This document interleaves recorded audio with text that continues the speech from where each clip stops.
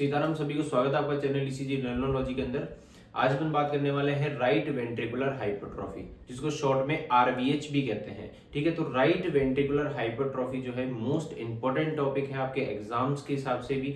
आपके एग्जाम में ये जो है 10 नंबर में भी पूछ लेते हैं, 20 नंबर में भी क्वेश्चन जो है आपके पेपर में आ सकता है। तो अच्छे से आपको देखना है क्योंकि ये वीडियो थोड़ी लॉन्ग होने वाली है। इसके ईसीजी क्राइटेरिया जो है बहुत ज्यादा होते हैं, बहुत सारे होते हैं, तो इनको अच्छे से अपन देखेंगे कि किस तरीके से ये राइट वेंट्रिकुलर हाइपरट्रॉफी हो रही है, क्या इसके कारण है और क्या क्या क्राइटेरिया अपन को ईसीजी में देखने को मिलेंगे। ठीक है, इसको पहचानना बहुत ईजी है। अगर आपको आपने लेक्चर देख लिया तो आपको इजीली आप आइडेंटिफाई कर सकते हो कि राइट वेंट्रिकुलर हाइपरट्रॉफी जो है कैसे देख सकते हैं ईसीजी में। तो आपको ध्यान से पूरे लेक्चर को देखना है। कहीं पे भी आपको डाउट आता है कमेंट सेक्शन में पूछ सकते हैं। तो स्टार्ट करते हैं राइट वेंट्रिकुलर हाइपरट्रॉफी से। अब आपको नाम से ही पता लग रहा है कि राइट वेंट्रिकुलर हाइपरट्रॉफी मतलब राइट वेंट्रिकल के अंदर क्या हो रही है, हाइपरट्रॉफी हो रही है। अब हाइपरट्रॉफी क्या होती है पहले तो ये पता करना है। हाइपरट्रॉफी क्या होती है, अगर कोई सेल है, अगर उसका मसल मास बढ़ जाए, मतलब वो थिक हो जाए, मोटी हो जाए, ठीक है, तो उसको अपन क्या कहेंगे, हाइपरट्रॉफी। तो सेल की साइज का बढ़ जाना, देखो थिकनेस का बढ़ जाना कहने का मतलब, अगर सेल की थिकनेस अगर बढ़ जाएगी, जैसे मान के चलिए पहले बहुत पतली थी, पतली हुई, थोड़ी सी थिकनेस उसकी बढ़ गई, तो उसमें क्या हो गई, वो हाइपरट्रॉफी हो गई। तो हाइपरट्रॉफी हो रही, सेल की मतलब थिकनेस बढ़ रही है, किसकी बढ़ रही है, राइट वेंट्रिकल की। तो राइट वेंट्रिकल की थिकनेस का बढ़ जाना, राइट वेंट्रिकल के जो सेल्स है उनका मसल मास का बढ़ जाना, उसको अपन क्या कहते हैं, राइट वेंट्रिकुलर हाइपरट्रॉफी, और उसको शॉर्ट में अपन क्या कहते हैं, आरवीएच। ठीक है, तो इंपॉर्टेंट टॉपिक है, अच्छे से आपको देखना है। तो स्टार्ट करते हैं राइट वेंट्रिकुलर हाइपरट्रॉफी, जिसको आरवीएच कहते हैं। तो उसकी डेफिनेशन क्या होगी, राइट वेंट्रिकुलर हाइपरट्रॉफी या RVH refers to an abnormal increase in size and thickness of the muscular wall of the right ventricle of the heart. मतलब हार्ट की जो ये राइट वेंट्रिकल है, ये देखिए आपका हार्ट का ये राइट वेंट्रिकल है, इस राइट वेंट्रिकल की जो ये लेयर है, इसका ये थिकनेस बढ़ गई।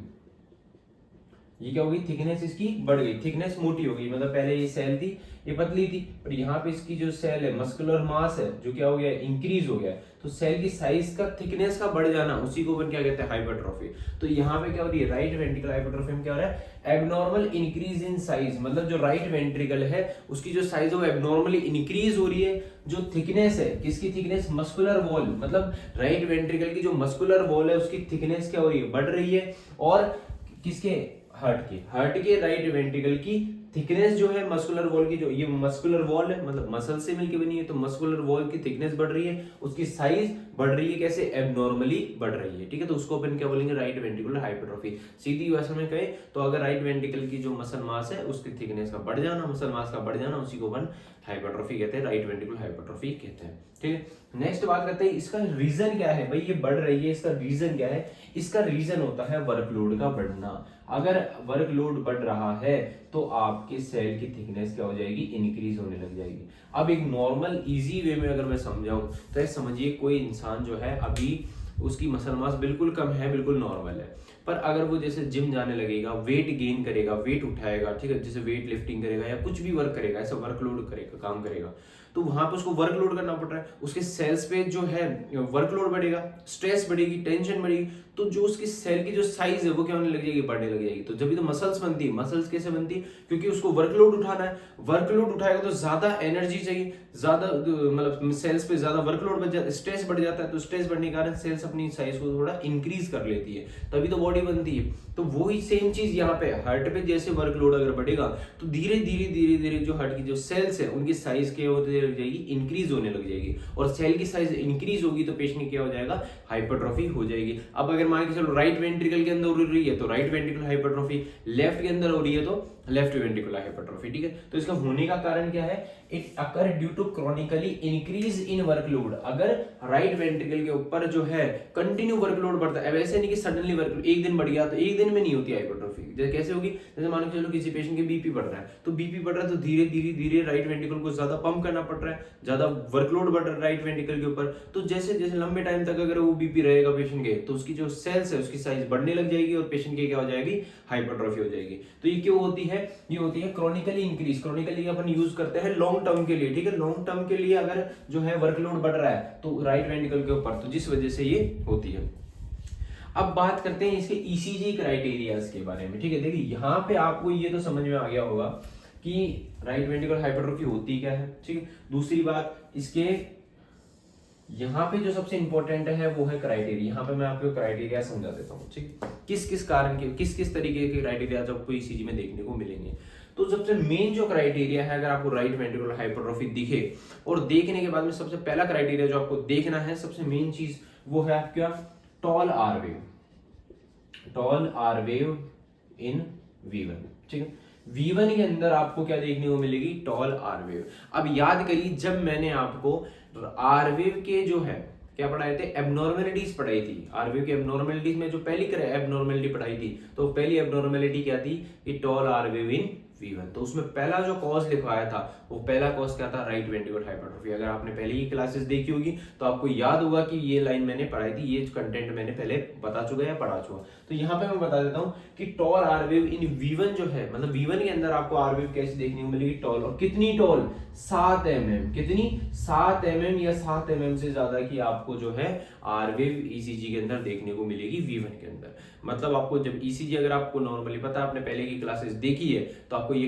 पता है कि V1 के अंदर एस वेव बड़ी होती है, आर वेव छोटी होती है। मतलब कैसे बनती है, आर स्मॉल बनती है, एस डी बनती है। तो ये आर है और ये एस है, तो आर तो बनती है स्मॉल और एस बनती है डीप, एस ज्यादा बड़ी बनती है। पर यहाँ पे क्या होगा कि आर तो बढ़ेगी आपकी बड़ी और एस बनेगी छोटी, मतलब आर वेव आपको ईसीजी के अंदर टॉल देखने को मिलेगी, जस्ट उल्टा हो जाएगा। अब इसका रीजन क्या है वो मैं भी समझाता हूँ। पहले आपको क्राइटेरिया ध्यान रखना है कि पहला क्राइटेरिया क्या है कि toll R wave in V1 कितनी, 7 mm या 7 mm से ज्यादा। देखो 7 mm, अगर 7 mm भी है तो वो क्या है, हाइपरट्रॉफी कहलाएगी, और 7 mm से ज्यादा है तो भी क्या कहलाएगी, हाइपरट्रॉफी। तो 7 mm या इक्वल टू 7 mm, 7 mm और 7 mm से ज्यादा, तो वो क्या कहलाएगी, हाइपरट्रॉफी कहलाएगी। अब देखिए ऐसा नहीं है कि ये जो क्राइटेरिया दिए गए हैं ये जो है अलग अलग जो भी अपने साइंटिस्ट है उन्होंने दिए थे, तो फिक्स नहीं है कि 7 mm ये पर माने चलो कोई पेशेंट है वो हेल्दी है, ठीक है, या फिर कोई पेशेंट है बहुत ओल्ड एज है, तो उनके अपन 6 mm या 6 to 7 mm तक भी अपन हाइपरट्रॉफी मान लेते हैं। पर ये जो एक एग्जैक्ट क्राइटेरिया जो अपन पॉइंट लिखना होता है, तो कितना लिखते हैं अपन, 7 mm 7 mm लिखते हैं, ठीक है। यहाँ पे आपको ध्यान रखना है। अब बात करते हैं कि ये V1 के अंदर ही क्राइटेरिया क्यों देखने को मिला, इसका रीजन भी। तो इसका रीजन क्या है, पहले आपको रीजन समझना। देखिए आपको नॉर्मल हार्ट के बारे में अगर मैं बताऊं, तो हार्ट की जो इलेक्ट्रिकल एक्टिविटीज होती है नॉर्मली किधर जाती है, लेफ्टवर्ड एंड डाउनवर्ड, ठीक है, लेफ्ट साइड में और डाउन नीचे की तरफ, ठीक है।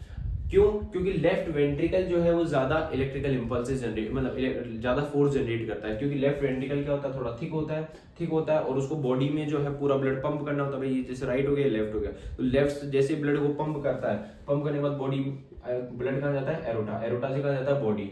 तो जो लेफ्ट वेंट्रिकल है उसको ज्यादा काम करना पड़ता है as comparison to right ventricle.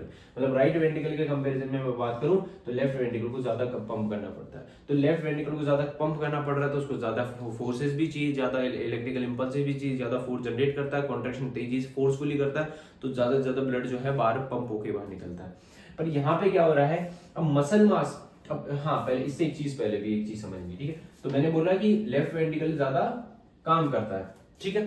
Electrical impulse ज्यादा किधर रहती है, जो वेक्टर्स बनते हैं वो किधर बनते हैं, अपने लेफ्टवर्ड और डाउनवर्ड। यहाँ पे अपन प्लेस करते हैं कौन सी लीड्स, V5 और V6। कौन सी लीड्स, V5 और V6। एक सेकेंड, यहाँ देखिए, यहाँ मैंने प्लेस करी V6 और V5 एंड यहाँ मैं प्लेस करता हूँ कौन सी, V1 और V2। आई बात समझ में। अब यहाँ पे आप देखना है भाई, नॉर्मल हार्ट की अगर मैं बात करूं तो इलेक्ट्रिकल इंपल्सेस जो है, ये जो वेक्टर्स जा रहे हैं, वेक्टर्स किसकी तरफ जा रहे हैं, V5 और V6। तो V5 V6 तरफ जाएंगे तो क्या बनेगी, R। सही बात है भाई, इलेक्ट्रिकल, ये इलेक्ट्रोड है, इलेक्ट्रोड की तरफ इलेक्ट्रिकल इंपल्सेस आएगी, वेक्टर्स आएंगे तो क्या आएगा, पॉजिटिव रिफ्लेक्शन, और इससे दूर जाएंगे तो नेगेटिव रिफ्लेक्शन। अब यहाँ पे V5 V6 के तो पास आ रहे हैं तो इनसे क्या आएगा, पॉजिटिव। V1 V2 से क्या जा रहे हैं, दूर, तो इनमें क्या आएगा, नेगेटिव रिफ्लेक्शन, ठीक है, क्या जाएगा, नेगेटिव रिफ्लेक्शन। तो नॉर्मल हार्ट के अंदर अगर मैं बात करूं तो V1 V2 के अंदर क्या देखने को मिलती है, एस वेव। पर यहाँ पे क्या हो रहा है, राइट वेंट्रिकुलर हाइपरट्रॉफी, मतलब राइट वेंट्रिकल जो है उसका मसल मास क्या हो गया है, इंक्रीज हो गया, राइट वेंट्रिकल जो है वो थिक हो गई है। अब राइट वेंट्रिकल अगर थिक हो गई है तो जो वेक्टर लेफ्ट की तरफ जा रहे थे अब वो वेक्टर किधर की तरफ जाएंगे, राइट साइड में जाएंगे, क्योंकि सेल की साइज थिक हो गई है तो ज्यादा कॉन्ट्रैक्शन करना पड़ेगा, ज्यादा फोर्स जनरेट करना पड़ेगा। तो जो इलेक्ट्रिकल इंपल्सेस है वो किधर साइड जाएगी, अपने राइट साइड में जाएगी। और राइट साइड में जाएगी तो अब इलेक्ट्रिकल इंपल्स किसकी तरफ आ रही है, V1 और V2 की तरफ। तो V1 और V2 की तरफ इलेक्ट्रिकल इंपल्स जाएगी, तो V1 V2 में तो क्या आएगी, अपनी R wave, and V5 V6 से दूर जा रही है तो इन्हीं में क्या आएगी, S वेव। तो पहला क्राइटेरिया तो यहीं से क्लियर हो गया कि V1 V2 के अंदर आपको टॉल R वेव दिखती है। क्यों दिखती है, क्योंकि राइट वेंट्रिकल जो है उसका मसल मास बढ़ जाता है। जो इलेक्ट्रिकल वेक्टर्स होते हैं वो किधर शिफ्ट हो जाते हैं, अब राइट साइड में शिफ्ट हो जाते हैं। पहले किधर होते थे, नॉर्मल लेफ्ट में होते थे, पर अब कहां हो गए, राइट में शिफ्ट हो गए। अब राइट में शिफ्ट हो गए, इलेक्ट्रिकल इंपल्सेस राइट की तरफ जा रही है। राइट में अपन कौन सी लीड्स लगा रहे हैं, V1 और V2। तो V1 V2 की तरफ इलेक्ट्रिकल इंपल्सेस जाएगी, तो V1 V2 में क्या देखने को मिलेगा अपन को, पॉजिटिव डिफ्लेक्शन, और V5 V6 में क्या देखने को मिलेगा, नेगेटिव डिफ्लेक्शन। तो यहाँ पे पहला क्राइटेरिया आपको याद समझ में आया होगा कि क्या देखने को मिलेगी, टॉल आर वेव कितना, 7 mm या 7 mm से ज्यादा अगर है तो उसको अपन क्या बोलेंगे, राइट वेंट्रिकुलर हाइपरट्रॉफी। किस में, V1 के अंदर। अब बात करते हैं दूसरा क्राइटेरिया कि आपको ECG के अंदर क्या देखने को मिलेगा, राइट एक्सिस डेविएशन देखने को मिलेगा। राइट एक्सिस डेविएशन क्या होता है, राइट एक्सिस डेविएशन क्या होता है बताइए।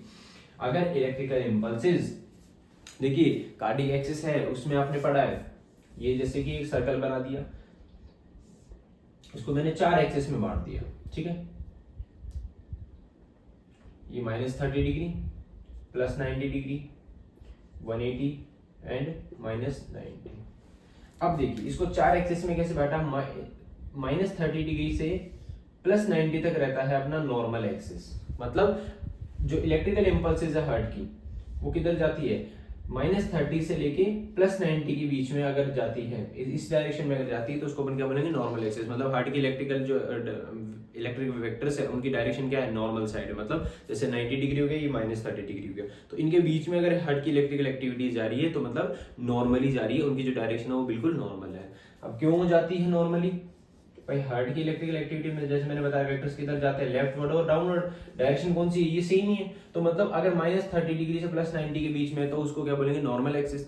अगर इलेक्ट्रिकली, अब यहाँ पे राइट वेंट्रिकल हाइपरट्रॉफी होने के कारण क्या हो रहा है, इलेक्ट्रिकल इंपल्स किधर जा रही है, राइट साइड में। अब राइट साइड में क्या है कि अगर +90 से लेके ±180 के बीच में जाती है तो उसको अपन बोलते हैं राइट एक्सिस डेविएशन। क्या बोलेंगे, राइट एक्सिस डेविएशन। क्या बोलेंगे, राइट एक्सिस डेविएशन। कब, अगर +90 और ±180 के बीच में, अगर इस डिग्री के बीच में अगर इलेक्ट्रिकल इंपल्स जाएगी, बस सीधी सी बात समझिए, ये 90 डिग्री है, 90 डिग्री से इधर +90 डिग्री से इधर हो गया, ये अपना नॉर्मल। हार्ट की इलेक्ट्रिकल एक्टिविटी नॉर्मल लेफ्ट में जाती है, तो लेफ्ट में इस साइड जाएगी तो मतलब नॉर्मल एक्सिस डेविएशन। इस साइड में जाएगी तो राइट एक्सिस डेविएशन। अब इस साइड में किधर, मतलब 90 से ज्यादा की डिग्री की तरफ जाएगी तो उसको अपन क्या बोलेंगे, राइट एक्सिस डेविएशन। मतलब हार्ट की इलेक्ट्रिकल एक्टिविटी किधर जा रही है, राइट एक्सिस की तरफ जा रही है, राइट साइड में जा रही है, इसलिए राइट एक्सिस डेविएशन देखने को मिलेगा। ठीक है, तो ये जब कार्डियक एक्सिस पढ़ेंगे तब और अच्छे से आपको समझ में आ जाएगा। अभी आपको ध्यान रखना है क्योंकि राइट साइड में दिक्कत है तो इलेक्ट्रिकल एक्टिविटी किधर जा रही है, राइट साइड में ज्यादा जा रही है। राइट वेंट्रिकल ज्यादा फोर्स जनरेट कर रहा है, तो ज्यादा फोर्स जनरेट करने के कारण क्या हो रहा है, इलेक्ट्रिकल इंपल्सेस की जो डायरेक्शन है वो राइट साइड हो गई। राइट साइड हो गई तो एक्सिस भी कौन सा देखने को मिलेगा, राइट एक्सिस डेविएशन देखने को मिलेगा। ठीक है, और राइट एक्सिस डेविएशन देखने को मिलेगा तो आपको ये सबसे इजी तरीका होता है राइट एक्सिस को पहचानने का। वो क्या होता है कि लीड फर्स्ट जो होती है उसमें आपको नेगेटिव देखने को मिलता है और क्यूआरएस कॉम्प्लेक्स, और जो लीड एवीएफ होती है उसमें आपको पॉजिटिव क्यूआरएस कॉम्प्लेक्स देखने को मिलता है। ठीक है, एक बार लिख लीजिए, लीड फर्स्ट के अंदर जो क्यूआरएस कॉम्प्लेक्स होगा वो कैसा होगा, नेगेटिव। ठीक है, नेगेटिव। और लीड एवीएफ के अंदर कौन सा होगा, क्यूआरएस कॉम्प्लेक्स पॉजिटिव। अब इसका रीजन क्या है, रीजन ये है कि देखिए यहाँ पे होती है लीड फर्स्ट, यहाँ होती है लीड एवीएफ, यहाँ होती है lead first, negative lead first. मतलब अब इलेक्ट्रिकल एक्टिविटी किधर जा रही है, इस डायरेक्शन में जा रही है, तो यहाँ पे एवीएफ तो क्या है, पॉजिटिव, और लीड फर्स्ट क्या है, नेगेटिव। तो ठीक, जब आप कार्डियक एक्सिस पढ़ेंगे तब आपको और अच्छे से समझ में आ जाएगा। अभी आपको ध्यान रखना है कि ईसीजी के अंदर क्या देखने को मिलेगा, राइट एक्सिस डेविएशन, और कितना देखने को मिलेगा, 90 डिग्री या 90 डिग्री से ज्यादा आपको अगर एक्सिस देखने को मिलेगा ईसीजी के अंदर। नेक्स्ट बात करते हैं deep S wave in V5 और V6 more than 7 mm। Same criteria भाई, जैसे V1 की अभी बात कर रहे थे, V1 के अंदर हार्ट की इलेक्ट्रिकल एक्टिविटी की भी बात कर रहे थे कि V1 की तरफ इलेक्ट्रिकल इंपल्सेस आ रही है तो उसमें तो क्या बन गई, R वेव, और V5 V6 से दूर जा रही है तो उनमें क्या बनेगी, S वेव। देखिए कैसे भाई, अभी जैसे मैंने बताया फर्स्ट क्राइटेरिया बताया था कि हार्ट की इलेक्ट्रिकल एक्टिविटी किधर जाएगी, अब राइट साइड में, तो V1 V2 में की तरफ आ रही है, इनकी तरफ आ रही है, तो इसमें तो क्या आएगी आर वेव, और V5 V6 से दूर जा रही है तो इनमें क्या आएगी एस वेव। और कितनी, और जितनी ज्यादा इनसे पास आएगी इतनी ज्यादा इनसे दूर जाएगी, यही तो बात है भाई। इनकी तरफ मान के चलो 5 मिलीवोल्ट इनकी तरफ आ रहा है, तो 5 मिलीवोल्ट इनसे दूर भी तो जा रहा है, तो इनमें तो जैसे 5 mm की बनी, तो इनमें क्या बनेगी इसमें 5 mm की। तो मतलब जैसे यहाँ पे V5 V6 है, यहाँ V1 V2 है, इनकी तरफ आ रही है, इनसे तो दूर जा रही है, इनके पास आ रही है तो इसमें तो आर वेव, इनसे दूर जा रही है तो इनमें एस वेव। तो ये चीज देखने को मिलेगी, ठीक है। तो अगला क्राइटेरिया आपको समझ में आया होगा कि एस वेव डीप देखने को मिलेगी V5 और V6 में, कितना 7 mm से अधिक, 7 mm से ज्यादा आपको ईसीजी के अंदर देखने को मिलेगी। नेक्स्ट क्राइटेरिया की बात करते हैं, वो है आपका क्यूआरएस कॉम्प्लेक्स जो है वो कितना होगा, लेस देन 120 मिली सेकेंड से कम देखने को मिलेगा, मतलब normal QRS complex. Normal QRS complex की बात करें तो देखिए कितना होता है 0.10 सेकंड के बराबर का होगा नॉर्मली, पहले इससे कम। तो आपको ज्यादा से ज्यादा जो क्यूआरएस कॉम्प्लेक्स है भाई, क्योंकि वोल्टेज बढ़ रहा है तो वोल्टेज बढ़ने के कारण आपको क्यूआरएस कॉम्प्लेक्स कितना देखने को मिल सकता है, 0.12 सेकंड बोल दो, या 120 मिली सेकंड से 120 मिली सेकंड से कम देखने को मिलेगा। ये चीज ध्यान रखना आपको, ठीक है। क्यूआरएस कॉम्प्लेक्स मतलब नॉर्मल रहेगा कहने का मतलब, ठीक है। कब तक नॉर्मल रहेगा, अगर बंडल ब्रांच ब्लॉक नहीं है तो, मतलब अगर राइट बंडल ब्रांच ब्लॉक भी है आरवीएच के साथ में, अगर राइट बंडल ब्रांच ब्लॉक है तो क्यूआरएस कॉम्प्लेक्स ज्यादा हो जाएगा, पर अगर नहीं है तो आपको नहीं देखने को मिलेगा, मतलब नॉर्मल ही क्यूआरएस कॉम्प्लेक्स देखने को मिलेगा। नेक्स्ट बात करते हैं आरएस रेशियो इन V5 और V6 लेस देन 1 mm, मतलब यहाँ पे आपको देखना है, देखिए ये जो फर्स्ट क्राइटेरिया था ना, उसी क्राइटेरिया से सारी चीजें मिलती जुलती है, वहीं पे आपको समझ में आ जाएगा कि जैसे मैंने बताया कि V5 और V6 के अंदर क्या बन रही है, V5 और V6 ये V1 और V2, ठीक है। यहाँ पे मैं लिख देता हूँ, हाँ यहाँ पे देखिए अब डायरेक्शन कहाँ है, अपने राइट साइड की तरफ है, जो वेक्टर की डायरेक्शन कहाँ है, राइट साइड में। क्यों, क्योंकि राइट में दिक्कत है। तो अब इनमें तो क्या बन गई अपनी R, और इनमें क्या बन रही है अपनी S। तो अब पहला क्राइटेरिया तो देखो क्या था, toll R wave in V1 V2 हो गया। दूसरा क्राइटेरिया की मैं बात करूं तो राइट एक्सिस डेविएशन, क्योंकि इलेक्ट्रिसिटी कहाँ जा रही है, राइट में जा रही है। तीसरे क्राइटेरिया की मैं बात करूं तो डीप एस वेव की इनमें बन रही है V5 और V6 में। चौथे क्राइटेरिया की बात करूं तो क्यूआरएस कॉम्प्लेक्स जो है नॉर्मल रहेगा। पांचवें क्राइटेरिया की अगर मैं बात करूं तो देखो आरएस रेशियो, मतलब आर और एस में रेशियो, मतलब ये जैसे आर है, ठीक है, ये आर है और ये एस है, तो ये मान के चलो 5 mm की है, तो ये अगर आर 5 की है तो एस में देखो यहाँ पे क्या लिखा है ये समझना, R S ratio in V5 और V6 कितनी रहेगी, 1 mm से कम। मतलब आर में और एस में जो डिफरेंस है, आर और एस में जो डिफरेंस है, मतलब आर वेव जो है वो एस वेव से 1 mm, कम से कम 1 mm से छोटी होनी चाहिए। मतलब अगर ये जैसे 7 है तो ये कितनी होनी चाहिए, कम से कम 6 होनी चाहिए या 5 होनी चाहिए, मतलब 1 mm से कम होनी चाहिए। तो ये 7 है तो ये कितनी होगी 5। अगर मान के चलो ये 4 है तो ये कितनी होगी 2।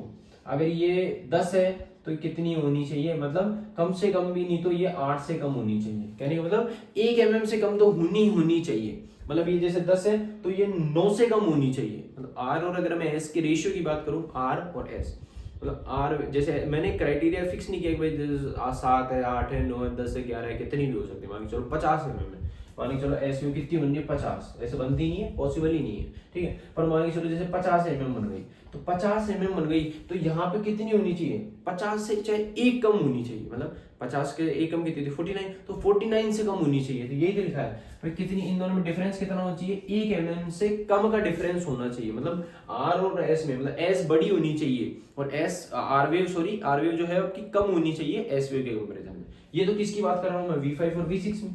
पर यहाँ पे V1 V2 की मैं बात करूं तो V1 V2 में क्या होगा कि आपकी आर वेव जो है और ये एस वेव है, आर वेव जो है वो बड़ी होनी चाहिए किसके कंपैरिजन में, एस वेव से। कितने mm, कम से कम 1 mm से ज्यादा बड़ी होनी चाहिए।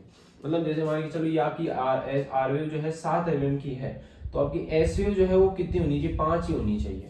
मतलब आर और एस में अगर मैं कंपैरिजन की बात करूं तो आर वेव जो है वो बड़ी होनी चाहिए, कितने 1 mm से ज्यादा बड़ी होनी चाहिए V1 के अंदर। और V5 V6 की बात करूं तो एस वेव बड़ी होनी चाहिए आर वेव कंपैरिजन में 1 mm से ज्यादा, ठीक है। तो ये दो क्राइटेरिया है, थोड़े कंफ्यूजिंग है पर इजी है, कोई दिक्कत नहीं है, आप इजीली समझोगे, समझ में आ जाएगा, ठीक है। तो क्या है, R S ratio in V1 कितने mm, 1 mm से अधिक। आर और एस में जो है रेशियो की बात करें तो आर वेव जो है एस वेव के कंपैरिजन में 1 mm बड़ी होनी चाहिए। नेक्स्ट बात करते हैं इनकम्प्लीट आरबीबी पैटर्न में भी सेम। देखिए इनकम्प्लीट आरबीबी पैटर्न भी आपको ईसीजी में देखने को मिल सकता है। उसका रीजन क्या है, उसका रीजन है कि भाई सेल की हाइपरट्रॉफी हो रही है, सेल के अंदर थिकनेस बढ़ रही है। देखो देखिए ये आपका राइट वेंट्रिकल है, राइट वेंट्रिकल की जो है मसल मास थिक हो रहा है, थिक हो रहा है, तो अब जैसे जैसे ये थिक हुआ तो जो कंडक्शन पाथवे है, कंडक्शन जो है जैसे राइट बंडल ब्रांच है तो वो ब्लॉक हो सकती है, उसमें दिक्कत हो सकती है, कंडक्शन पाथवे थोड़ा सा डिले हो सकता है, तो जिसके कारण ईसीजी में क्या देखने को मिल सकता है आप उनको RBB right bundle branch block भी देखने को मिल सकता है। पर इसमें ऐसा नहीं है कि मिलेगा ही, मिल सकता है, ठीक है, ये क्राइटेरिया जो है इसमें मे भी लिखा है मैंने, ठीक है, तो मतलब मिल सकता है, ठीक है, शायद। S1 S2 S3 पैटर्न में भी सी। अब ये S1 S2 S3 पैटर्न क्या होता है, देखिए S1 S2 और S3, S1 S2 S3 pattern का मतलब है कि आपको ईसीजी के अंदर, ठीक है, आपको ईसीजी के अंदर क्या देखने को मिलेगा, फर्स्ट सेकंड थर्ड लिखा है और लिखी है मैंने एस वेव, मतलब S wave in V1, S wave in V2 और एस वेव इन V3। मतलब ईसीजी जब आप देखोगे patient, sorry V1 V2 V3 नहीं है, फर्स्ट है, sorry first lead, second lead और थर्ड लीड। जो फर्स्ट लीड है, जो सेकंड लीड है और जो थर्ड लीड है, इन तीनों के अंदर आपको क्या देखने को मिलेगी, एस वेव देखने को मिलेगी। मतलब जब आप पेशेंट की ईसीजी देखोगे तो आपको फर्स्ट लीड में, सेकंड लीड में और थर्ड लीड में आर वेव के कंपैरिजन में एस वेव ज्यादा देखने को मिल सकती है, ठीक है। तो ये क्राइटेरिया ऐसा नहीं कि मिलेगा, ये मिल सकता है। जो टॉप क्राइटेरिया है ना, ये मेजर क्राइटेरिया है, ये सब तो सिर्फ एक पॉसिबिलिटी है कि ये भी आपको ईसीजी में देखने को मिल सकता है। अभी मैंने लिखा मे बी सीन, ठीक है, मे बी सीन मतलब हो सकता है, ये दिख भी सकते हैं, नहीं भी दिख सकते, कोई दिक्कत नहीं है। नेक्स्ट बात करते हैं अपने QR pattern in V1 may be seen. QR pattern क्या होता है, देखिए क्यूआर पैटर्न का मतलब है कि जरूरी नहीं है कि V1 के अंदर आपको सीधी आर भी दिख जाए, आपको हल्की सी क्यू और फिर आर देखने को मिले, मतलब ये वाला पैटर्न, छोटी सी क्यू और फिर आर, तो ये क्यू आर पैटर्न, इसको बोलते हैं अपन क्यू आर पैटर्न। तो इस क्यू आर पैटर्न भी है जो है V1 के अंदर आपको देखने को मिल सकता है। नेक्स्ट अपन बात करते हैं अगले क्राइटेरिया की, वो है आर वेव इन एवीआर कितनी, 5 mm से ज्यादा। मतलब आपको एवीआर लीड के अंदर जो है आर वेव कितनी देखने को मिल सकती है, 5 mm से ज्यादा। अब आपको पता होगा कि एवीआर लीड हमेशा क्या होती है, नेगेटिव। एवीआर के अंदर हमेशा क्या देखने को मिलती है, एस। आर वेव बहुत स्मॉल होती है, जब आप ईसीजी देखोगे तो आपको एवीआर हमेशा ऐसी देखने को मिलेगी। पर यहाँ पे क्या हो रहा है, एवीआर के अंदर आर वेव 5 mm से ज्यादा देखने को मिल रही है। उसका रीजन क्या है, क्योंकि एवीआर कहाँ लगाते हैं अपने राइट साइड में, ठीक है, मतलब राइट शोल्डर, ये जैसे राइट शोल्डर हो गई, हार्ट की इलेक्ट्रिकल एक्टिविटी किधर जा रही है, राइट साइड में जा रही है, ठीक है। ये 3 यूनिट्स हो गई, ये हो गई एवीआर, ये एवीएल और ये एवीएफ। अब हार्ट की इलेक्ट्रिकल एक्टिविटी जो है किस साइड में जा रही है, राइट साइड में जा रही है। पहले किधर जाती थी, लेफ्ट में जाती थी, पर अब किधर जा रही है, राइट साइड में जा रही है। राइट साइड में जाएगी तो कुछ इलेक्ट्रिकल इंपल्स किस तरफ जाएगी, ईवीआर की तरफ जाएगी, तो ईवीआर जो है एसीजी डिटेक्ट करेगा और उसमें आपको पॉजिटिव देखने को मिल सकता है। पर ये बहुत रेयर होता है, बहुत रेयर कब, जब बहुत ज्यादा हाइपरट्रोफी हो जाए, राइट वेंट्रिकल के अंदर बहुत ज्यादा ही हाइपरट्रोफी हो जाए, सेल की थिकनेस बहुत ज्यादा थिक हो जाए, तो जिस कारण से ये आपको देखने को मिलेगा, बाकी अदरवाइज ये देखने को नहीं मिलता नॉर्मल हाइपरट्रोफी के अंदर, ठीक है। नेक्स्ट अपन बात करते हैं आरवेव इन V1। देखिए एक क्राइटेरिया और है, एक साइंटिस्ट रहते हैं उन्होंने ये क्राइटेरिया और दिया था, ठीक है, वो मैं बता देता हूं। अगला क्राइटेरिया क्या है कि आरवेव इन V1 के अंदर तो क्या आरवेव, और S wave in V5 V6। S wave जो है V5 या V6 के अंदर एस वेव, जब इन दोनों के इसको प्लस करेंगे, मतलब आर वेव की हाइट को प्लस करूं, अब जैसे मान के चलो V1 के अंदर जो है आर वेव इतनी बड़ी बन रही है और V5 के अंदर एस वेव इतनी बड़ी बन रही है, ठीक है, मान के चलो 5 mm है और ये 6 mm है, तो दोनों को मिला के कितने हो गए, 11 mm। और नॉर्मल अगर आरवीएच अपन को करना है, आरवीएच अगर पेशेंट के बताना है तो कितना आना चाहिए, आरवेव जो है V1 के अंदर उसको ऐड करना है और एस वेव V5 V6 के अंदर उसको ऐड करना है, कितना होना चाहिए, वो होना चाहिए 10 mm, 10.5 mm या उससे अधिक। मतलब 10.5 से दोनों को ऐड करेंगे तो कितना आना चाहिए, 10.5 से ज्यादा। तो मतलब अगर 11 भी है तो उसको क्या बोलेंगे, 10.5 भी है तो भी इसको आरवीएच बोलेंगे, और 10.5 से ज्यादा है तो भी इसको अपन क्या बोलेंगे, आरवीएच बोलेंगे। समझ में आया कैसे, आर जैसे मान के चलो V1 के अंदर आप आरवेव देखोगे तो ये 5 बॉक्स आ रही है, 5 बॉक्स आ रही मतलब कि 5 mm, और यहाँ पे ये मान के चलो 6 बॉक्स आ रहे हैं, ऐसे कितनी 6 बॉक्स, तो 5 + 6 कितने हो गए, 11। तो मतलब 11 तो क्या होगी, हाइपरट्रोफी होगी। आपको कितना चाहिए, अपन को 10.5 ही चाहिए, 10.5 से अधिक हाइपरट्रोफी, ठीक है। नेक्स्ट क्राइटेरिया की बात करते हैं, ईसीजी के अंदर राइट एट्रियल इनलार्जमेंट भी देखने को मिल सकता है। राइट एट्रियल इनलार्जमेंट का मतलब क्या, ठीक है, राइट एट्रियल इनलार्जमेंट मैंने आपको पहले टॉपिक पढ़ाया है, उसमें आपको समझ में आया होगा कि राइट एट्रियम जो है वो इनलार्ज हो जाता है। अब देखिए क्यों होता है, क्योंकि जैसे राइट वेंट्रिकल के ऊपर ज्यादा प्रेशर पड़ेगा, ज्यादा इस पे वर्कलोड बढ़ रहा है, तो वर्कलोड बढ़ेगा तो ये भी अपना वर्कलोड किस पे डालेगा, अपने राइट एट्रियम पे। भाई जैसे समझिए राइट वेंट्रिकल ज्यादा पंप करना पड़ा, उस पर प्रेशर पड़ रहा, उस पर वर्कलोड बढ़ गया, तो वो अपना प्रेशर किस पे डाल देगा, राइट एट्रियम पे। राइट एट्रियम पे डालेगा तो राइट एट्रियम क्या होने लग जाएगा, इनलार्ज होने लग जाएगा। और राइट एट्रियम अगर इनलार्ज हो जाएगा तो आपको ईसीजी में क्या देखने को मिलेगा, पी वेव जो है आपको क्या देखने को मिलेगी, टॉल पी वेव। जब राइट एट्रियल एनलार्जमेंट मैंने पढ़ाया था तो उसमें समझाया था कि राइट एट्रियल एनलार्जमेंट का पहला क्राइटेरिया क्या होता है, टॉल या पी पल्मोनियल जिसको कहते हैं, तो पी वेव जो आपको टॉल देखने को मिलेगी। ठीक है, तो राइट एट्रियल एनलार्जमेंट भी आपको देखने को मिल सकता है। नेक्स्ट बात करते हैं अपने आरवीएच विद स्ट्रेन। देखिए ये क्राइटेरिया तो हो गए, अब एक क्राइटेरिया और है आपको जो इंपॉर्टेंट है, वो क्या है कि राइट वेंट्रिकुलर हाइपरट्रॉफी के साथ में आपको स्ट्रेन पैटर्न देखने को मिल सकता है। इसको कहते हैं स्ट्रेन पैटर्न। स्ट्रेन पैटर्न कब देखने को मिलता है, देखिए अगर दो तरीके से हाइपरट्रॉफी होती है, ठीक है, मैं आपको समझा देता हूं। दो तरीके से हाइपरट्रॉफी होती है, एक होती है प्रेशर के बढ़ने की वजह से और एक होती है आपके वॉल्यूम के बढ़ने की वजह से।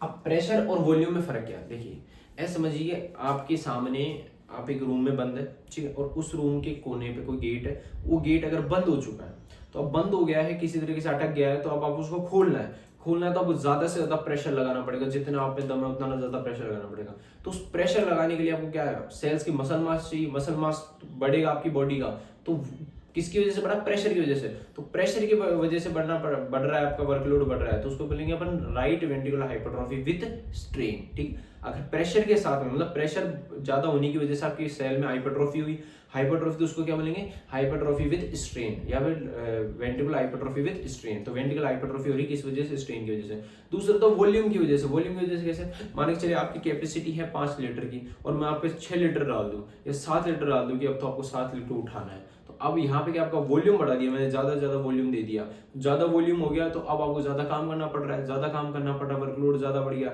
उस वजह से हाइपरट्रॉफी होती है। तो उसमें क्या होता है, हाइपरट्रॉफी के साथ साथ में डायलेशन भी होता है, हल्का सा डायलेशन, मतलब जो सेल जो जैसे ये इतना सा रूम है, इस रूम की थोड़ा सा वॉल्यूम भी बढ़ता है और उसकी सेल की थिकनेस भी बढ़ती है, दोनों चीज होती है। तो इसमें आपको स्ट्रेन पैटर्न देखने को नहीं मिलता। अब स्ट्रेन पैटर्न क्या होता है वो समझना आपको, ठीक है, ये दोनों चीज समझ में आई। भाई प्रेशर की वजह से भी हाइपरट्रॉफी हो सकती है और वॉल्यूम की वजह से भी हो सकती है। अब इन कॉजेस को मैं समझाता हूँ, इनमें कौन कौन से प्रेशर है, कौन कौन से वॉल्यूम की वजह से। अभी आपको यहाँ पे देखना है कि स्ट्रेन पैटर्न क्या होता है। स्ट्रेन पैटर्न है कि आपको एसटी और टी, मतलब एसटी सेगमेंट और टी वेव के अंदर आपको एबनॉर्मेलिटी देखने को मिलेगी, उसको अपन क्या बोलते हैं, आरवीएच। मतलब ये क्राइटेरियाज, इन क्राइटेरियाज के साथ में अगर आपको एसटी सेगमेंट और टी वेव के अंदर एबनॉर्मेलिटी मिल रही है, मतलब आपको जैसे मैंने बताया कि V1 के अंदर कितनी होती है, 7 mm, 7 mm के साथ में अगर आपको एसटी सेगमेंट और टी वेव इन्वर्जन है, यहाँ पर एसटी सेगमेंट डिप्रेशन और टी वेव इन्वर्जन है, तो इसको क्या बोलेंगे, एसटी, इसको अपन बोलेंगे आरवीएच विद स्ट्रेन। क्या बोलेंगे, आरवीएच विद स्ट्रेन। ठीक है, आरवीएच के साथ में क्या हो रहा है पेशेंट के, स्ट्रेन। तो आरवीएच विद स्ट्रेन मतलब किस वजह से हुआ, ये प्रेशर के बढ़ने की वजह से। अब इनमें क्या क्या देखने को मिलेगा, इनमें स्ट्रेन में क्या देखने को मिलेगा, एसटी सेगमेंट डिप्रेशन और टी वेव इन्वर्जन। ये क्यों देखने को मिलता है, इसका रीजन है क्योंकि प्रेशर ज्यादा होने की वजह से जो डीपोलराइजेशन है वो थोड़ा सा डिस्टर्ब हो जाता है। डीपोलराइजेशन डिस्टर्ब होगा तो जो रीपोलराइजेशन है, रीपोलराइजेशन अफेक्ट होगा,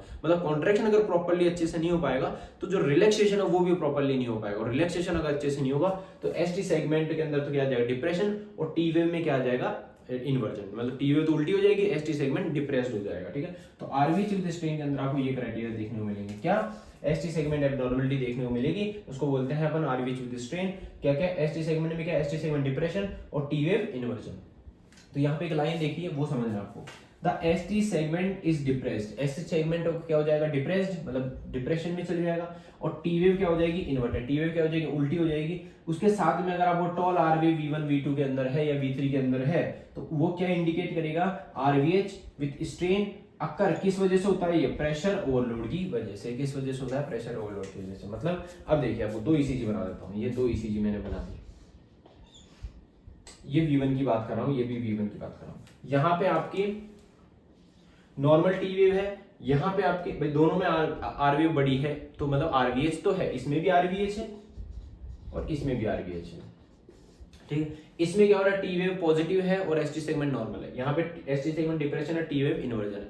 ये किस वजह से हुआ, प्रेशर ओवरलोड की वजह से। ये किस वजह से हुआ, वॉल्यूम के बढ़ने की वजह से। अगर वॉल्यूम के बढ़ने की वजह से तो आरवीएच नॉर्मल रहेगा, अगर प्रेशर ओवरलोड की वजह से है तो आरवीएच विद क्या देखने को मिलेगा, स्ट्रेन पैटर्न। ठीक है, स्ट्रेन देखने को मिलेगा। तो ये क्राइटेरिया आपको ध्यान रखना। ठीक, इससे आपको समझ में आ जाएगा पेशेंट की किस वजह से हो रहा है, प्रेशर की वजह से या वॉल्यूम की वजह से। अब बात करते हैं इसके कॉजेस की, किस किस कारण की वजह से जो है पेशेंट के राइट वेंट्रिकुलर हाइपरट्रॉफी देखने को मिलती है। भाई बहुत से कारण होते हैं, तो सबसे पहला कारण है देखिए, क्योंकि मेनली राइट साइड में हो रही, तो राइट साइड किससे कनेक्ट होता है, लंग्स की वजह से, तो लंग्स की वजह से मेनली होती है। अब पहला क्राइटेरिया है पल्मोनरी हाइपरटेंशन। कौन सा है, पल्मोनरी हाइपरटेंशन। मतलब अगर ये आपके लंग्स है, ये आपके सॉरी हार्ट है, हार्ट के राइट वेंट्रिकल जो है, ये आपकी है पल्मोनरी आर्टरी।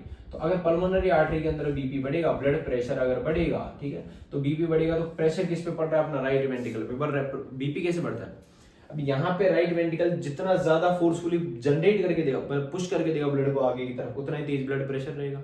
बीपी क्या होता है, ब्लड जो है कितने प्रेशर से आपके आर्टरीज के अंदर जाता है, कि आर्टरीज पे कितना प्रेशर लग रहा है आपके ब्लड का। तो अब ब्लड जो है तेजी से इन आर्टरीज के अंदर, पल्मोनरी आर्टरीज के अंदर जाएगा। कैसे जाएगा, क्योंकि राइट वेंट्रिकल पंप करेगा। अब राइट वेंट्रिकल पंप करेगा तो उसको ज्यादा वर्कलोड, उस पर वर्कलोड बढ़ेगा, उस पर ज्यादा काम करना पड़ेगा और उसको ज्यादा काम करेगा। अब जैसे एक दिन में नहीं होता, जैसे कंटिन्यू अगर वो उस पर प्रेशर पड़ रहा है, उस पर वर्कलोड बढ़ रहा है, तो सेल के अंदर क्या होने लग जाएगी, हाइपरट्रॉफी होने लग जाएगी। तो अगर किसी पेशेंट के लंबे टाइम से क्या है, पल्मोनरी हाइपरटेंशन है, तो उसके सेल्स के अंदर थिकनेस बढ़ जाती है और उसके क्या हो जाता है, आरवीएच हो जाता है। नेक्स्ट बात करते हैं पल्मोनरी स्टेनोसिस। पल्मोनरी स्टेनोसिस मतलब ये आपके पल्मोनरी वॉल है, अगर ये पल्मोनरी वॉल अगर बंद हो जाए, स्टेनोसिस बंद हो जाए, अब ये बंद हो गए, यहाँ पे देखिए ये आपके क्या हो गए, बंद हो गए।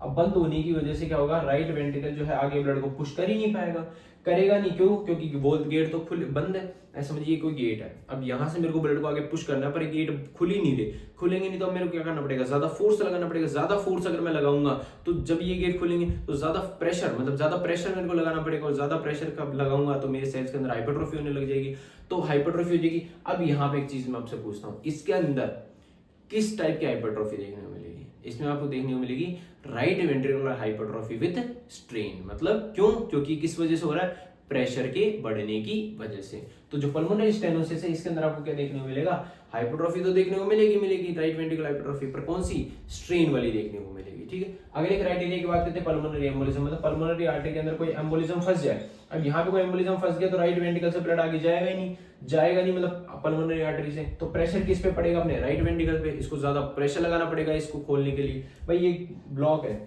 यहाँ समझिए, यहाँ से कोई ब्लॉक हो गया, यहाँ से आपको ब्लड को पुश करना है, अब आप पुश ही नहीं कर पा रहे, क्यों, क्योंकि यहाँ से ब्लड आगे, ये ब्लॉकेज हो रखा है इसलिए। तो अब ज्यादा से ज्यादा पुश करने के लिए ज्यादा फोर्स लगाना पड़ेगा, ज्यादा प्रेशर लगाना पड़ेगा इसको खोलने के लिए, यहाँ से ब्लड को आगे भेजने के लिए। तो ज्यादा प्रेशर लगाएगा तो सेल के अंदर क्या हो जाएगी, हाइपरट्रॉफी, और हाइपरट्रॉफी हो जाएगी तो क्या हो जाएगा, right ventricular hypertrophy with strain. Next बात करते हैं कोर पल्मोनरी या सीओपीडी। कोर पल्मोनरी क्या होता है, देखिए कोर पल्मोनरी का मतलब है, कोर का मतलब होता है अपन हार्ट के लिए बात करते हैं, ठीक है, और पल्मोनरी मतलब लंग्स। तो देखिए अगर आपके राइट साइड के जो चेंबर्स है, राइट एट्रियम और राइट वेंट्रिकल, ये प्रॉपर फंक्शन नहीं करे, प्रॉपर पंपिंग नहीं करे, या डिसफंक्शन हो जाए या फेल हो जाए, ठीक है, क्यों, क्योंकि आपकी लंग्स की वजह से, लंग्स पे प्रेशर पड़ने की वजह से, लंग्स की वजह से आपके जो है राइट साइड के चेंबर्स जो है काम करना कम कर दे या बंद कर दे, ठीक है, तो बंद कर देंगे तो ब्लड जो है आगे जाएगा ही नहीं, ठीक है, इन पे वर्कलोड बढ़ेगा तो ये काम कम करेंगे तो धीरे धीरे क्या होने लग जाएगा, आपके हार्ट जो है बिल्कुल फेल होने लग जाएगा। तो उसको अपन क्या बोलते हैं, कोर पल्मोनरी। तो कोर पल्मोनरी की वजह से भी क्या हो सकती है, आपके राइट वेंट्रिकुलर हाइपरट्रॉफी। नेक्स्ट बात करते हैं सीओपीडी। सीओपीडी का लंग्स की डिजीज, जैसे क्रोनिक ऑब्स्ट्रक्टिव पल्मोनरी डिजीज। तो क्रोनिक ऑब्स्ट्रक्टिव पल्मोनरी डिजीज मतलब आपके लंग्स जो है प्रॉपर गैसेस एक्सचेंज नहीं कर पा रहे, प्रॉपर गैसेस का एक्सचेंज नहीं कर पा रहे, प्रॉपर जो है गैसेस जो है इधर से उधर नहीं जा पा रही, एक्सचेंज नहीं हो पा रही। अब इसके कारण क्या होगा, लंग्स के अंदर दिक्कत होने की वजह से, अब लंग्स को तो ब्लड कौन देता है, अपना राइट वेंट्रिकल पल्मोनरी आर्टरी के थ्रू। तो जब ये प्रॉपर काम नहीं करेंगे तो प्रेशर किस पे पड़ेगा, राइट वेंट्रिकल पे। राइट वेंट्रिकल पे प्रेशर पड़ेगा तो इसको ज्यादा काम करना पड़ेगा, ज्यादा काम करेगा तो क्या हो जाएगा कि हाइपरट्रॉफी आपको इस चीज के अंदर देखने को मिलेगी। नेक्स्ट अपन बात करते हैं ट्राइगस्पिड रीगर्जिटेशन। अब यहाँ पे आपको ये अगला क्राइटेरिया जो है ये समझना है, सॉरी अगला कॉज जो है ये समझना है। ट्राइगस्पिड रीगर्जिटेशन मतलब ट्राइगस्पिड वॉल, ये आपके कौन से वॉल है, ट्राइगस्पिड। अब इनमें क्या हो गया है, रीगर्जिटेशन। रीगर्जिटेशन मतलब ये वॉल प्रॉपर्ली क्लोज नहीं हो पा रहे।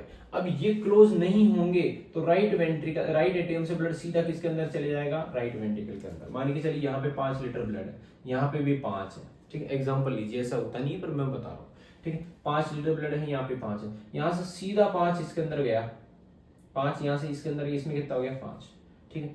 अब अगर ये वॉल जो यहाँ से ब्लड जो है आगे कहाँ जाएगा, अपने पल्मोनरी आर्टरी के अंदर, राइट वेंट्रिकल से कहाँ जाएगा, पल्मोनरी आर्टरी के अंदर पंप हो गए।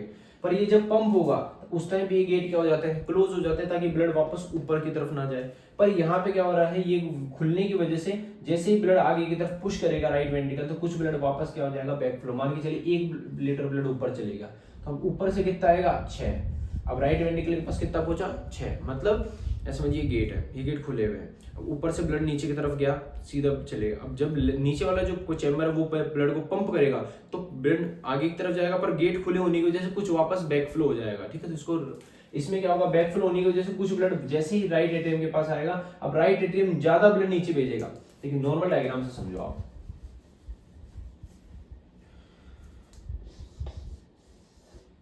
ये अपना राइट एट्रियम, ठीक है, ये अपना राइट वेंट्रिकल। यहां से 5 लीटर ब्लड जो है वो किसके अंदर गया, राइट वेंट्रिकल के अंदर। ठीक है, ये आपके ट्राइगस पर रिगर्जिटेशन हो रहा है पेशेंट को, वॉल जो है वो बंद नहीं हो पा रहे। अब राइट वेंट्रिकल से वो ब्लड जो है किसके अंदर जाता है, पल्मोनरी आर्टरी के अंदर।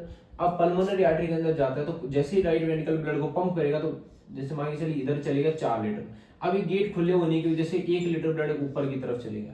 अब ऊपर चलेगा, तो अब राइट एट्रियम के अंदर तो कितना आना है, वापस 5 ही आना है। तो 5 + 1 कितना हो गया, 6। अब इसकी ऊपर से नीचे की तरफ कितना ब्लड आएगा, पहले कितना आ रहा था 5, अब कितना आएगा 6। तो राइट वेंट्रिकल का क्या बढ़ गया, वॉल्यूम बढ़ गया, और वॉल्यूम बढ़ गया। अब ये किस वजह से हुई हाइपरट्रोफी, वॉल्यूम के बढ़ने की वजह से। तो इसमें आपको स्ट्रेन नहीं दिखेगा, इसमें आपको नॉर्मल आरवीएच आपको देखने को मिलेगा। तो अब वॉल्यूम बढ़ गया, तो राइट वेंट्रिकल को ज्यादा वर्कलोड बढ़ गया, उसको ज्यादा काम करना पड़ेगा, ज्यादा काम करेगा तो हाइपरट्रोफी देखने को मिलेगी। नेक्स्ट बात करते हैं टेट्रालॉजी ऑफ फेलोट। देखिए टेट्रालॉजी ऑफ फेलोट का मतलब क्या होता है, देखिए टेट्रा मतलब होता है 4, तो मतलब 4 डिजीज का, 4 डिफेक्ट का ग्रुप। अब 4 डिफेक्ट कौन से, अगर किसी पेशेंट के पल्मोनरी स्टेनोसिस है, मतलब अगर किसी पेशेंट के जन्म से ही क्या है, पल्मोनरी स्टेनोसिस, मतलब पल्मोनरी जो वॉल है वो क्या हो गए हैं, बंद है, ब्लॉक है, पल्मोनरी वॉल जो है खुल नहीं रहे प्रॉपर्ली, ओपन नहीं हो पा रहे प्रॉपर्ली। या किसी पेशेंट के है वेंट्रिकल सेप्टल डिफेक्ट, वेंट्रिकल के सेप्टम में डिफेक्ट है, या उसके साथ में उसके राइट वेंट्रिकल हाइपरट्रोफी है। ठीक है, तो उसको अपन क्या बोलेंगे, अब इन तीनों में क्या हो रहा है कि जो राइट वेंट्रिकल है उसकी सेल की साइज बढ़ रही है, थिकनेस हो रही है, हाइपरट्रोफी हो रही है, तो उसको अपन बोलेंगे टेट्रालॉजी ऑफ फेलोट। तो अगर किसी पेशेंट के टेट्रालॉजी ऑफ फेलोट है, तो उसके क्या देखने को मिलेगा, इसी के अंदर राइट वेंट्रिकुलर हाइपरट्रोफी।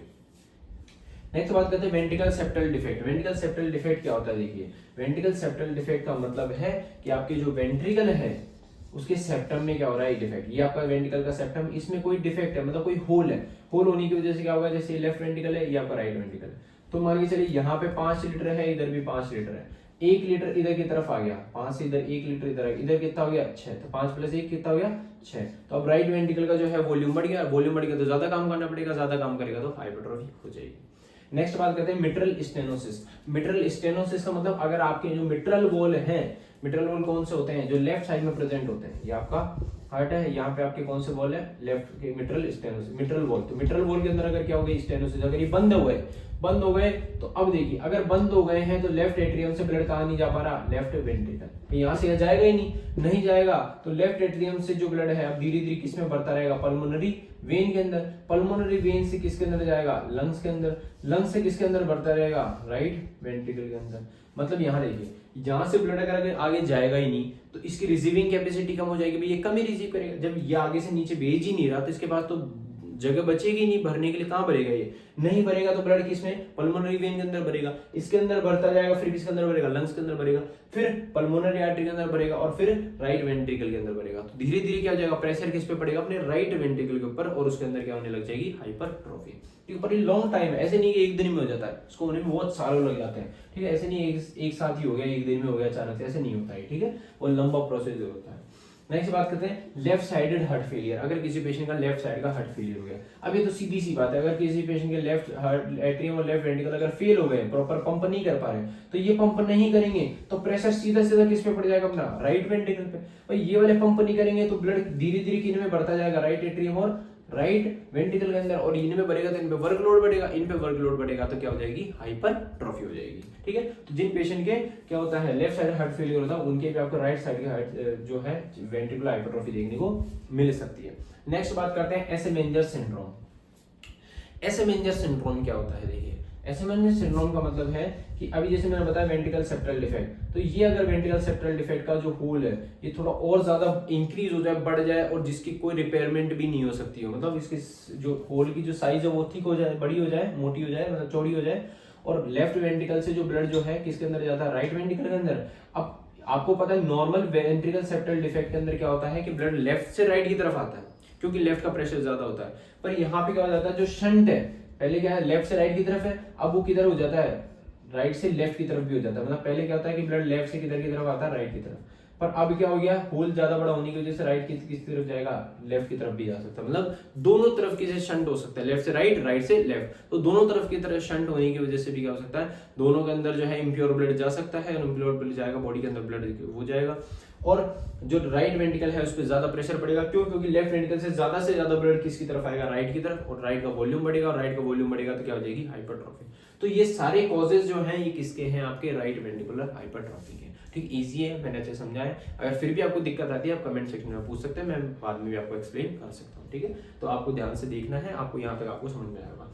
अब बात करते हैं इसके सिम्टम्स की। देखिए इसके ज्यादा कुछ खास सिम्टम्स इजीली देखने को नहीं मिलते, क्यों, क्योंकि ये मेनली बहुत से लोगों में देखने को मिलती है। पर अगर जैसे इसकी हाइपरट्रॉफी ज्यादा हो जाए, किसी पेशेंट की बहुत ज्यादा हाइपरट्रॉफी हो जाए, तो ये देखने को मिलता है। तो क्या क्या सिम्टम्स है, समटाइम्स एसिम्प्टोमेटिक, मतलब मेनली एसिम्प्टोमेटिक होती है, इसके सिम्टम देखने को नहीं मिलते। पर फिर भी क्या देखने को मिल सकती है, थकान देखने को मिल सकती है, डिप्सनिया मतलब शॉर्टनेस ऑफ ब्रीथ, सांस लेने में कठिनाई हो सकती है, सांस में कमी आ सकती है पेशेंट को। ठीक है, सिनकोप यानी बेहोशी, पेशेंट को बेहोशी भी हो सकती है। उसके अलावा चेस्ट डिस्कम्फर्ट, चेस्ट में बेचैनी सी हो सकती है, मतलब चेस्ट में अजीब सा फील होगा आपको। ठीक है, उसके अलावा जुगुलर वीनस डिस्टेंशन, हेपेटोमेगली और पेरिफेरल एडिमा, ये तीनों आपको मैं भी समझाता हूँ। ये तीनों क्या है, देखिए यहां पे आपको समझना है,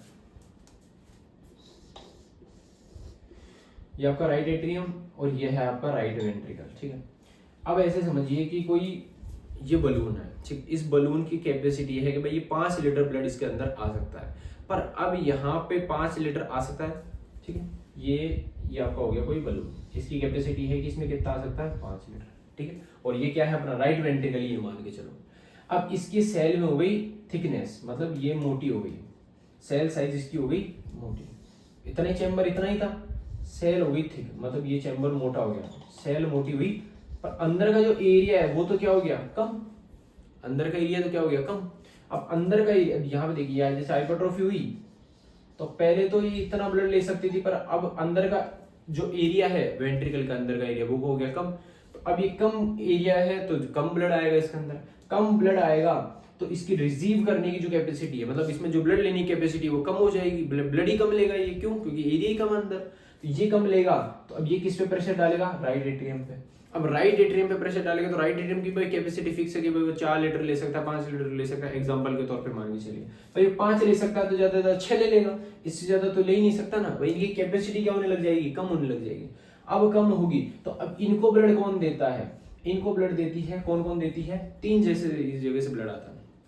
पूरी बॉडी की जितनी भी वेन्स है, ठीक है, लेग्स की, पैरों की जो वेन्स होती है, हाथों की जो वेन्स होती है, वो सारी वेन्स मिलके जो ब्लड को इकट्ठा करके किस में भेजती है, सुपीरियर वेना केवा और इंफीरियर वेना केवा। ये आपको पता है राइट एट्रियम के अंदर ब्लड कहां से आता है, एसवीसी से और आईवीसी से। और ये दोनों कहां से लेके आती है, पूरी बॉडी से लेके आती है। अब एक तो लेके आती है लीवर से, तो लीवर से लेके आएगी, मान के चलो ये लीवर से लेके आई, लीवर से लेके आई, और ब्लड किसके अंदर लेके आई, मान के चलो राइट आईवीसी के अंदर लेके आई, आईवीसी से राइट एट्रियम के अंदर ब्लड आया। एग्जाम्पल के तौर पे मैं आपको बता रहा हूँ, ठीक है, एसवीसी में आती है वैसे ही, ठीक है। तो ये आपके लीवर से लेके आई, अब लीवर से लेके आएगी, अब ये रिसीव ही नहीं कर रहा कि मेरे को तो चाहिए ही नहीं ब्लड, क्यों, क्योंकि इसके नीचे जा ही नहीं रहा, आगे पुश ही नहीं कर पा रहा ब्लड को आगे। भाई जब ये ब्लड आगे नहीं ले पा रहा, नहीं दे पा रहा, तो इसके अंदर भरेगा, इसके अंदर भरेगा, फिर किसके अंदर भरेगा, राइट एट्रियम के अंदर भरेगा। राइट एट्रियम को जो भी ब्लड देंगी वो कहेगा कि भाई तुम्हारे पास रखो, मेरे को जगह ही नहीं है मेरे पास, मैं कहां से रखूं।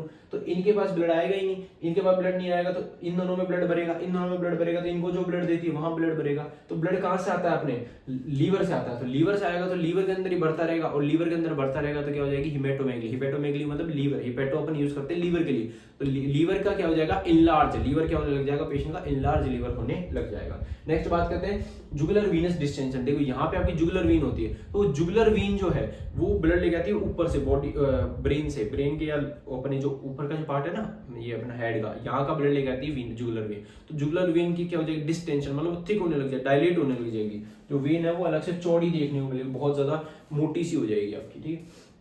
उसके अलावा पेरिफेरल एडिमा, पेरिफेरल एडिमा मतलब आपके जो पैर है आता ही नहीं के अंदर स्वेलिंग आने लग जाएगी। क्यों? क्योंकि इन सब का जो ब्लड है सारा राइट एट्रियम के अंदर आता है। अब राइट एट्रियम तो ब्लड को ले ही नहीं रहा, तो ब्लड कहाँ जमा होता जाएगा?